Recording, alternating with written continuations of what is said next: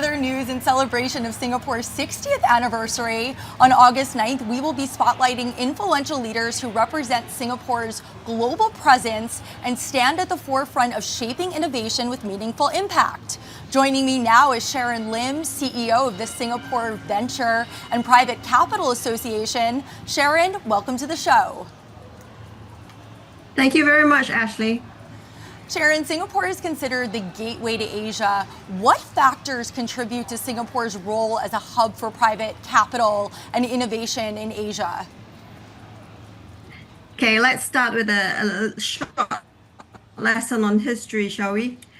Singapore's role as a gateway is rooted in our entrepreneur legacy, and that is basically rooted from the fact that we are a strategic geography for international trade, not just confined to Asia.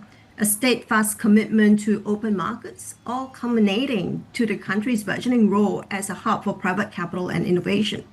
Our history as a free port, the rule of law, and a highly stable government across 6 decades has meant that Singapore was able to plan and implement economic strategies that were aimed at building what is today her economic success.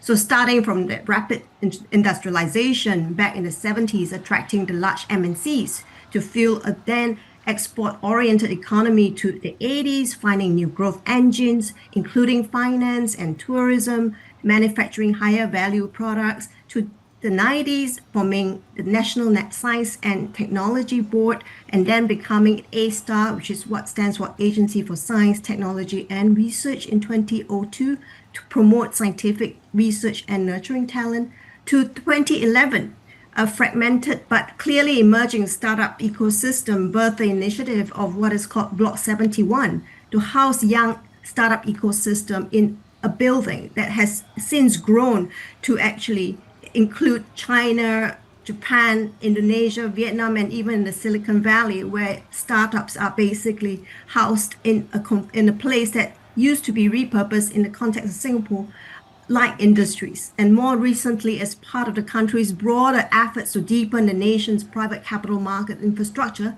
the Ministry of Health, Trade and Industry Enterprise Singapore awarded Apollo, who you'll be familiar with in the US market, the mandate to manage $1 billion private credit fund to provide financing to high growth Singapore enterprises.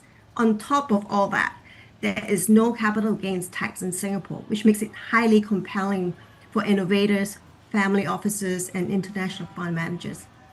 And Sharon, we have about a minute left. More specifically, what is your company's role in promoting this ecosystem? Well, if you trace back SVCA's history to when we were founded in 1992 as the Singapore Venture Capital Association, our role was to build the fledgling community committed to funding innovation and the new digital economy. That role has expanded to include private capital markets, spanning private equities, private credit, infrastructure. And a lot of what we're doing is advocacy, representing the industry to regulators and other stakeholders in Singapore, whether it's the Monetary Authority of Singapore, the EDB, Enterprise Singapore, representing our industry's voice to ensure the conditions remain favorable for them to thrive and not merely survive.